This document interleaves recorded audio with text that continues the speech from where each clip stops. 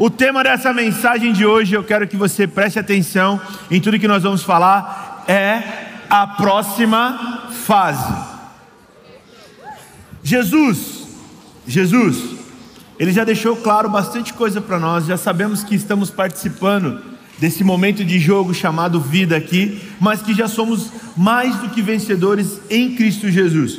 A palavra de Deus diz em Romanos 8:37 o seguinte: em todas essas coisas, porém, somos mais do que vencedores, por meio daquele que nos amou. Jesus nos amou, teve essa compaixão por nós, pela nossa família, para que pudéssemos estar aqui hoje, falando a respeito de uma próxima fase, sabendo que não entramos numa fase para tentar ganhar, nós já entramos nessa fase como ganhadores e como vencedores.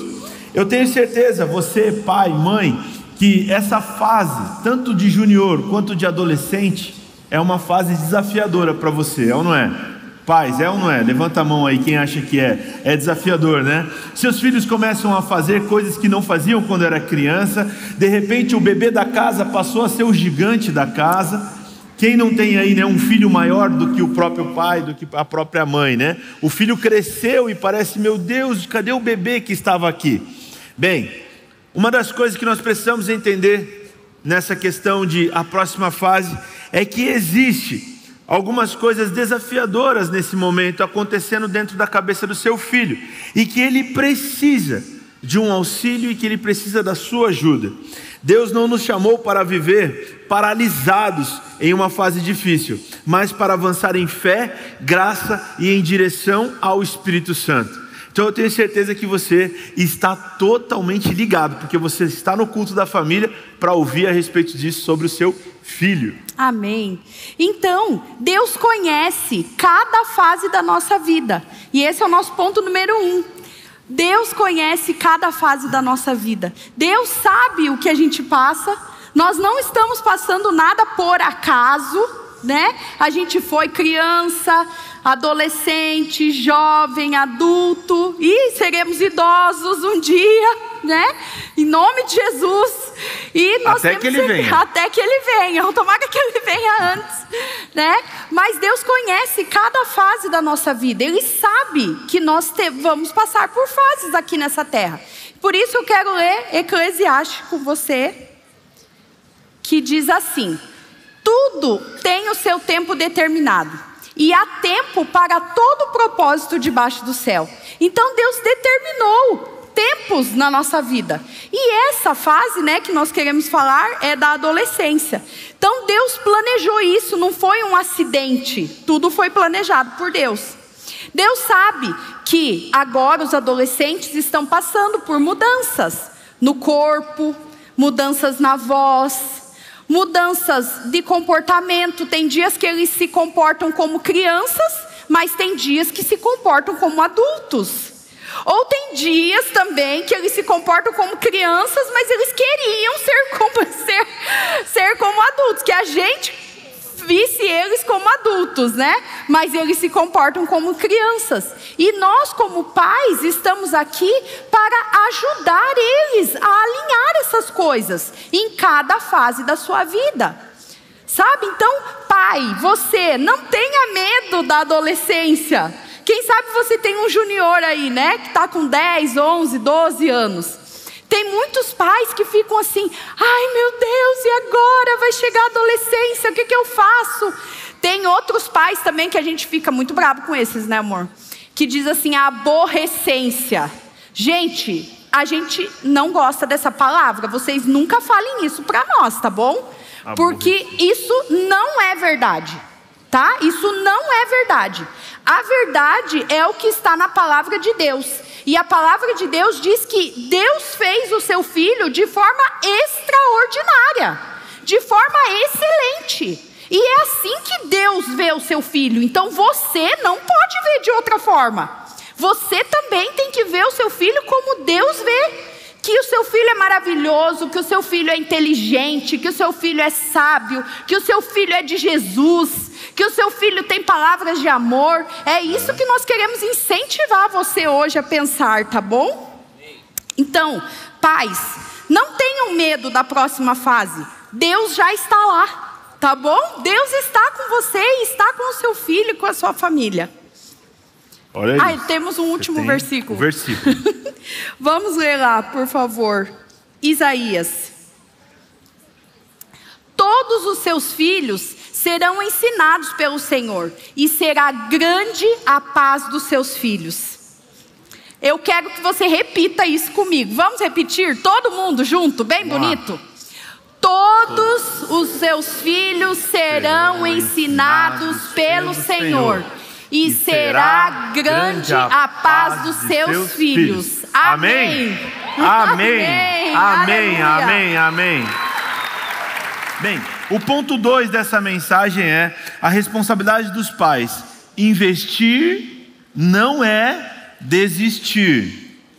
Por isso eu quero fazer aqui uma propaganda do departamento TIM. Nós temos um curso que acontece aqui todos os sábados, o curso TIM. Olha, a gente é muito criativo em nome, né? Curso TIM. A gente está criando um curso de finanças para pais de adolescentes que vai se chamar TIM Direitar. Boa, né? A gente vai patentear, eu acho que vai dar boa isso aí. Eu falo as coisas, né? E o pessoal fala, é legal. Eu não sei se eles estão só querendo, né?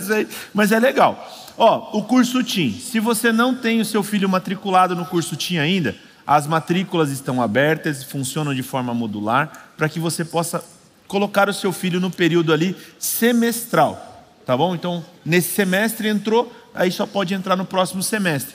Mas tem algumas vagas ainda remanescentes, dá para fazer o encaixe dele lá ainda hoje, tá bom? Bem, olha isso que está escrito em Deuteronômio 6, 5 a 7. Portanto, ame o Senhor, seu Deus, de todo o seu coração, de toda a sua alma, com toda a sua força.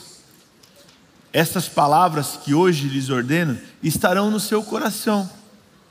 Você as inculcará a seus filhos, e delas falará quando estiver sentado em sua casa, andando pelo caminho, ao deitar-se e ao levantar-se.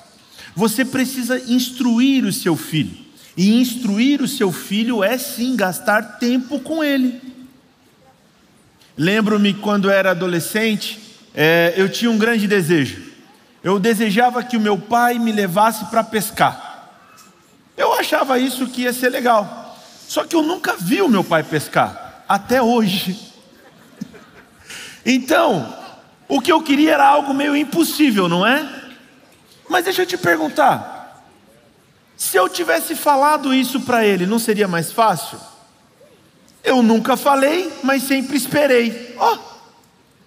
Então, investir não é desistir. Tenha tempo com o seu filho, tá bom? Tenha tempo com o seu filho. Sente à mesa com ele, converse com ele, pergunte sobre as coisas que estão acontecendo na adolescência, ainda mais.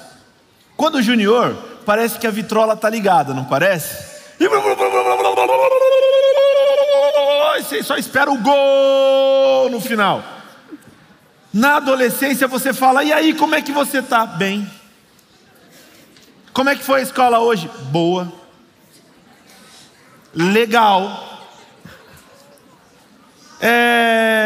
Tem alguma pessoa interessante lá na sua escola, filho ou filha? Aham. O que você gostou mais do que o professor falou? Não sei. Parece que eu estou falando do seu filho? É, né? Então, a gente também tem filhos e sabemos que funciona assim, exatamente assim. Mas os filhos replicam aquilo que os pais fazem. Filhos replicam aquilo que pais fazem. Se o pai lê um livro, o filho lê um livro. Se o pai passa 10 horas no Instagram, o filho passa 10 horas no Instagram. Se o pai fica no celular, pai ou mãe, né? Porque senão depois vai falar, eu estou vendo umas esposas, tá vendo? Tá vendo? Não, é o seguinte, se pai ou mãe faz isso, o filho vai replicar. Então, precisamos fazer coisas boas para que os nossos filhos possam replicar. Uma das coisas que eu aprendi com o meu pai, e aí eu posso falar para vocês, não foi pescar, mas foi ler manual. Você gosta de ler manual?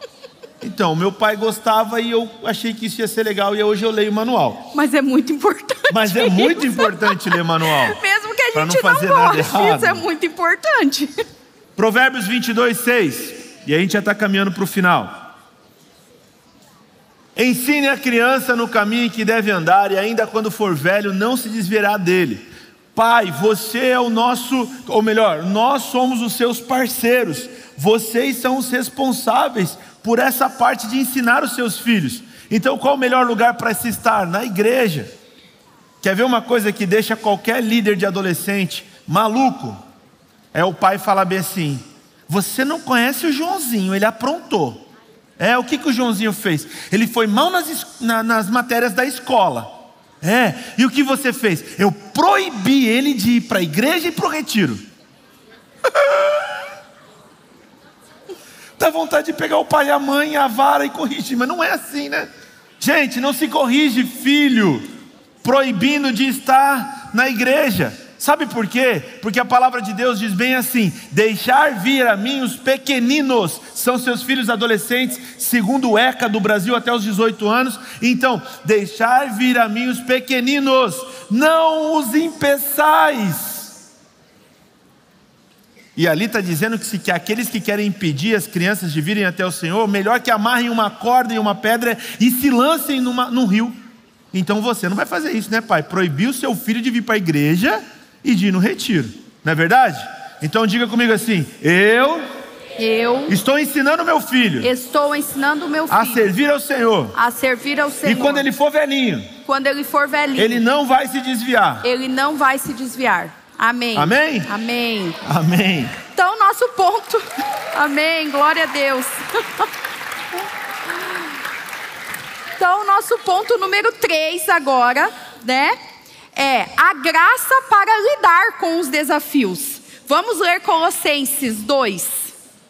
Diz assim: faço isso para que o coração deles seja consolado e para que eles, vinculados em amor, tenham toda a riqueza da plena convicção do entendimento, para conhecimento do mistério de Deus, que é Cristo, em quem estão ocultos todos os tesouros da sabedoria e do conhecimento. Olha só, que lindo esse versículo. Então, a graça para lidar com os desafios. O que é isso? Como que a gente lida com os desafios? Buscando por Jesus, estando em Cristo Jesus. É só Ele que pode te ajudar. Sabe, não existe outro caminho. O caminho é Jesus. Então nós temos que influenciar os nossos filhos para que eles queiram estar nesse caminho. Sabe, é isso que o Felipe estava dizendo, né? De ensinar a criança por onde você passar. Você está sentado à mesa com ele, você fala de Jesus. Você está andando de carro com ele, levando para a escola, você fala de Jesus. Todos os momentos são o seu momento de evangelizar o seu filho. Você é o primeiro discipulador do seu filho, é você. O seu filho é a pessoa que você tem que ganhar para Jesus. É o seu filho. Sabe, você está aqui nessa terra para revelar Jesus, por onde você passar. Então todas as suas atitudes revelam Jesus. E o seu filho está aprendendo com você. É o seu exemplo que ele segue. É o que você faz que ele faz. Sabe, se você mostra para ele que a sua prioridade é dar o dízimo, você recebeu um valor e a primeira coisa que você faz, dízimo, o seu filho vai copiar você. É isso que ele está fazendo. Ele copia você. Se o seu filho vê que a sua prioridade, a primeira coisa que você faz quando você abre o olho, né? Acordou, abriu o olho, obrigada Jesus, vou orar, vou ler Bíblia, vou ter meu tempo com Deus. O teu filho está vendo. Ele pode estar dormindo lá. Você pensa que ele está dormindo, porque ele sabe o que está acontecendo. Sabe? Então você é o primeiro discipulador do seu filho. O seu exemplo conta muito. Sabe? Às vezes a gente quer falar, né? As mães falam um monte de coisa. E o filho parece que não está nem aí. Ele está vendo você. Ele está vendo o que você está fazendo e ele quer seguir o seu exemplo, tá bom? Então, pais, vocês não estão sozinhos nessa jornada. Nós, como igreja, estamos aqui para te ajudar. Nós somos líderes, nós treinamos a nossa liderança com palavra de Deus, com tempo de oração. A gente está aqui para ajudar você, sabe? Qual é o seu papel, né? O que você faz? Tenha tempo com seu filho, ore com ele.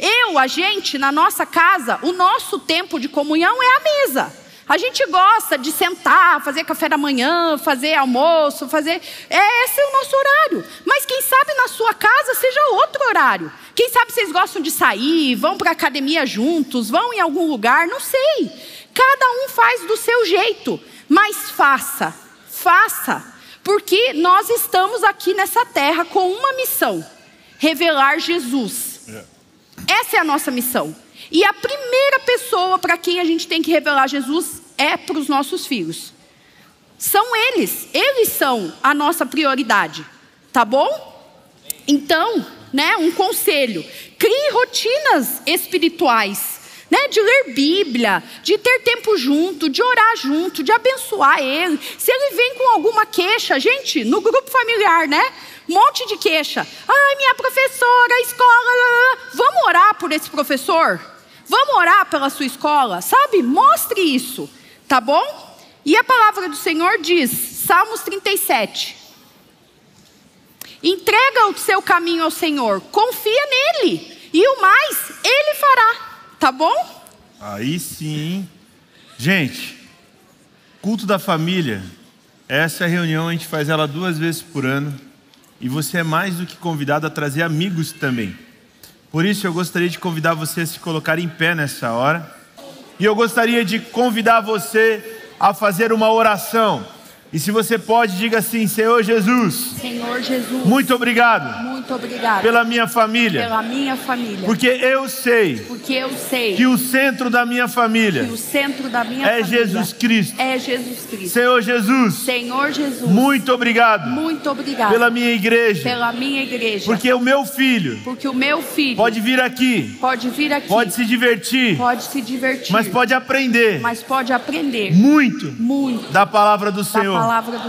E assim se tornar ainda maior nesse reino. Senhor Jesus, muito obrigado pela minha família. Agradecemos tudo isso por tudo isso no nome de Jesus Cristo, o nosso irmão mais velho. Amém. Que o Senhor abençoe a sua família, que tudo que você faça prospere, que aonde você colocar a planta dos seus pés se torne lugar santo, aonde as suas mãos tocarem, pessoas sejam curadas, que a graça e o favor de Jesus Cristo seja estabelecido sobre o seu lar, em nome de Cristo Jesus. Amém. Vão em paz, aproveitem essa semana e até semana que vem, continuem mega abençoados.